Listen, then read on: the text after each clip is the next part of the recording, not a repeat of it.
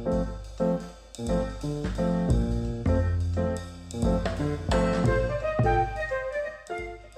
everyone, once again, welcome to our channel. I'm Tatyana Harkoff, a professional makeup artist in the hustle and bustle of New York City. I've been working as a makeup artist for almost 30 years. I work with celebrities, first ladies, president and prime ministers. My clients have included big names like Coca-Cola, Lenovo, Milk Cosmetics, L'Oreal, Shiseido, Ulta, and fashion houses like Oscar de la Renta, Donna Karan, Alex Mill, Calmer, Kate Spade, and many others. Also, you can find my work in editorials like Vogue, Harper's Bazaar, and Elle. I travel around the world with my project to the most exotic places. I think it's not bad for a self-made makeup artist who originally graduated as a building engineer. I think one of the keys to success in my career is my love to details and my ability to listen carefully to my clients. I focus on commercial work and fashion shoots. My schedule is pretty busy, so why did I start my YouTube channel? YouTube's world is vast. There are plenty of influencers who do fabulous jobs on their own faces over and over again. They create hundreds of makeups on their faces.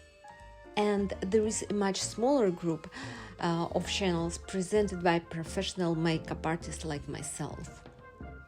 I admire all of them because they are brave enough to show their vision of beauty and their skills to the world to like or dislike them. They are disciplined enough to do it regularly. All of them have the hope that people will like them and their advice will help somebody. Last week, I attended a student performance at the New York School of Performing Arts here in New York City, and my friend, whom I've known since the 90s, was looking at the students and noticed that many of them have strange makeups, hair and outfits. I stopped for a second and I thought about us as 18 years old when we were young. We were the same. I was wearing a purple or crimson makeup. I shaved my hair as Sinead O'Connor did, and I had dark lip contour, and I did the end of my brows in purple. When we're young, we experiment. We want to announce ourselves to the world with colors, with behavior, with loud voices. When you are in your 40s or 50s, for the most of us, this declaration is not longer necessary.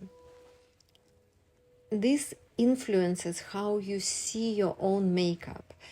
We cannot just take any popular YouTube video and slap it to our faces.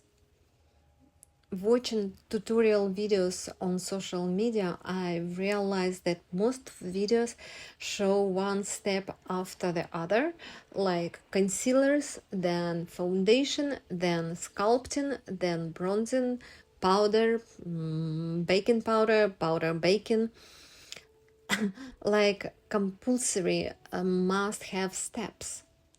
And the final results look so good. But most of them look good only on camera. Why? Because there is a lot of light that makes all the layers or those products invisible for viewers on the other side of the screen. The resolution on social media makes everything blurry and smooth, and we cannot see the actual result of this layering. I realized there are not many of those who say invest more money in your skincare to make your skin look more moist, more even, more flawless, instead of masking it and concealing some problems. I realized there are not many of those who tell you you don't necessarily need a foundation or a concealer or a corrector. Maybe you don't need to apply anything under your eyes because you actually the lucky ones who doesn't have dark spots under them.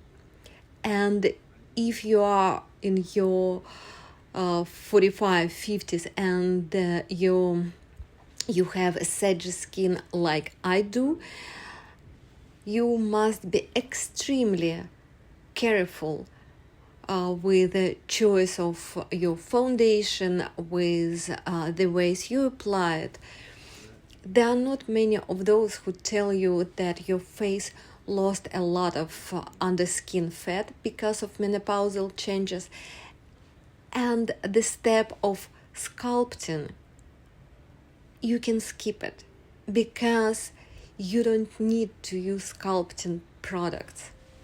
There are not many of those who tell you buy less, buy smart, explore more, explore yourself, your style, your feeling, your own perception of your beauty. I remember I saw a woman recently. She was a couple of years younger than myself. She had a certain style. Her hair was nicely done. She had a very pleasant face, but I couldn't see her skin under the layers of makeup. I saw all the trends she was following in her makeup, but I didn't see her. I could have made a list of the product that she used for her makeup. I want to show you how to apply makeup to enhance your face, not to emphasize your makeup. Beauty is complicated. It starts from your posture, the way you walk, the way you talk, your mimic, the way you move. And I can talk to you about makeup only.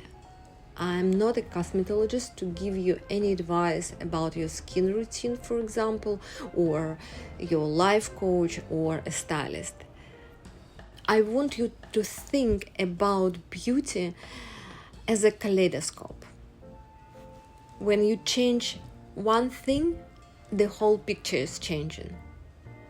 So makeup is only one aspect in this kaleidoscope game. If we are talking about makeup recommendation, I intend to show you the principles, not the exact colors, because we are all different, we have different tastes, we have different colors, undertones. So for example, colors that I'm using for myself, showing you makeup, may be a bit wrong for you. So you also have to adjust from your side the colors maybe, or how intense they are, because you have different style.